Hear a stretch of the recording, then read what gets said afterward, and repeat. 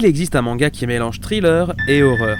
Daigo Agawa est policier de son état. Il est détaché à Kuge, un petit village montagneux situé dans la pampa japonaise. Il y déménage avec Yuki, sa femme et sa fille Mashiro, qui ne parlent plus depuis un événement en particulier et dont Agawa est le responsable. Bien que leur arrivée se passe super bien, ils se font petit à petit à la vie dans une aussi petite communauté loin de la capitale, Agawa va faire la connaissance de la famille Goto, encore plus reclus que les habitants du village. Mais cependant, l'arrivée du nouveau policier et la mort de la doyenne de la famille Goto va faire du remue-ménage dans cet endroit qui semblait paisible, car plane une rumeur sur le village de Kuge. Les habitants du village sont cannibales. Mais malheureusement, bien qu'Agawa essaye d'interroger la famille Goto, on ne sait rien. Rien de ce qui est arrivé à la doyenne, rien de ce qui est arrivé à Kano, le policier derrière les rumeurs, rien de si c'est dire était avéré. Agawa va devoir enquêter rapidement et discrètement, car dans un aussi petit village, tout se sait, et vous n'êtes jamais réellement à l'abri des regards. Mais les villageois, ou encore la famille Goto, ne sont pas les plus dangereux, quand on sait à quel point il faut vous méfier de lui. Le manga s'appelle Gannibal, et en cette période d'Halloween, le manga est parfait. C'est une véritable montagne russe, jonglant entre calme intrigant et moments de tension palpable en jouant sur l'appréhension du lecteur.